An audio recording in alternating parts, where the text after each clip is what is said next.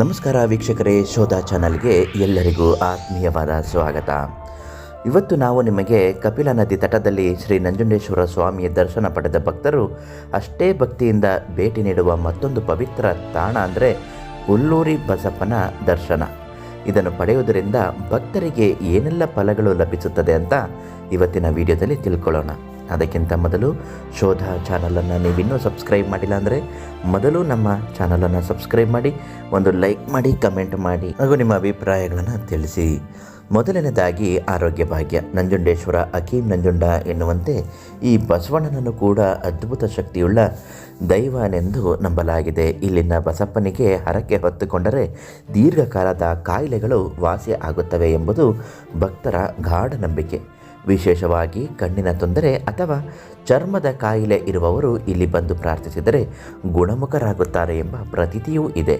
ಇಲ್ಲಿಗೆ ಬಂದ ಭಕ್ತರು ತಮ್ಮ ಕಷ್ಟಗಳನ್ನು ನಿವಾರಣೆ ಮಾಡಿಕೊಂಡಿದ್ದಾರೆ. ಅದರಲ್ಲಿ ಕೆಲವು ಭಕ್ತರು ಹೇಳಿದ್ದು ಹೀಗೆ. ನಮಸ್ಕಾರ, ನಾನು ಸಂತೋಷ್ ಅಂತ, ಇಲ್ಲ ಮೈಸೂರಿಂದ ಬಂದಿರೋದು. ಇದು ನಮ್ಮ ಫ್ರೆಂಡು ಒಬ್ಬರು ಈ ಥರ ಇಲ್ಲಿ ಚೆನ್ನಾಗಿದೆ, ಇಲ್ಲಿ ದರ್ಶನ ಮಾಡಿ ನಿಮಗೇನೇ ಕಷ್ಟ ಇಷ್ಟ ಇದ್ದರೂ ಕೂಡ ಕೇಳ್ಕೊಳ್ಳಿ, ದೇವಳೆ ಮಾಡಿದೆ ಅಂತ ಹೇಳ್ತಾಯಿದ್ರು. ನನಗೆ ಈ ಕಾಲೆಲ್ಲ ಹುಲ್ಲೂರೆಲ್ಲ ಆಗಿದ್ದು ನನ್ನ ಕಾಲಲ್ಲಿ. ಇವಾಗೆಲ್ಲ ಇಲ್ಲಿ ಬಂದು ಒಂದು 5 ವಾರ ಇಲ್ಲಿ ಬಂದು ಕೇಳ್ಕೊಂಡಿದ್ದಕ್ಕೆ ಎಲ್ಲ ಹುಲ್ಲೂರೆಲ್ಲ ಹೋಗಿದೆ. ಹೀಗಾಗಿ ಇಲ್ಲಿ ತುಂಬ ಪವರ್ಫುಲ್ಲು ದೇವರಿದು. ಈ ಥರ ಭಕ್ತಾದಿಗಳೇನಾರ ನಿಮ್ಗೇನಾರ ದೇಹದಲ್ಲಿ ಏನಾರ ಹುಲ್ಲೂರಿ ಏನಾರ ದೇಹದಲ್ಲಿ ಏನಾರ ಗಂಟು ಏನಾರು ಇತ್ತು ಅಂದರೆ ಈ ಥರ ಬಂದು ಇಲ್ಲಿ ಹುಳಿಗಳು ಕೊಡ್ತಾರೆ. ಅದನ್ನ ಹಾಕ್ಬಿಟ್ಟು ಪ್ರದರ್ಶನೆ ಹಾಕ್ಬಿಟ್ಟು ಇಲ್ಲೇ ದೇವಸ್ಥಾನ ಮುಂದೆ ಇರೋದು ಎದುರುಗಡೆ, ಇಲ್ಲಿ ಬಂದು ನೀವು ಏನು ಬೇಕೋ ನೀವು ಕೇಳ್ಕೊಬೋದು.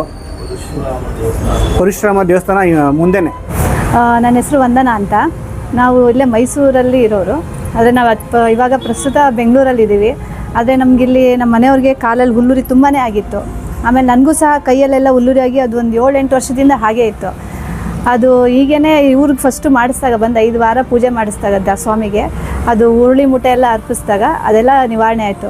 ನಾನು ಅದೇ ರೀತಿ ಬಂದು ಇಲ್ಲಿ ದೇವ್ರಿಗೆ ಹರಿಸ್ಕೊಂಡು ಪೂಜೆ ಮಾಡ್ಕೊಂಡು ಹೋದ್ಮೇಲೆ ಈ ಕೈಯಲ್ಲಿರೋಂಥ ಗಂಟು ಒಳಗಡೆ ಇಲ್ಲಿ ಗೆಡ್ಡೆಗಳು ಈ ಥರ ಎಲ್ಲ ಇತ್ತು. ಇಲ್ಲಿ ಒಂದು ಸ್ವಾಮಿದು ಒಂದು ವಿಭೂತಿ ಕೊಡ್ತಾರೆ, ಅದನ್ನು ಹಚ್ಚಿ ಡೈಲಿ ಸ್ನಾನ ಆದಮೇಲೆ ಹಚ್ಚಿದ ಮೇಲೆ ಮಾಡ್ಕೊಂಡು ಹೋಯ್ತು ಅಂದರೆ ಖಂಡಿತ ನಿವಾರಣೆ ಆಗುತ್ತೆ.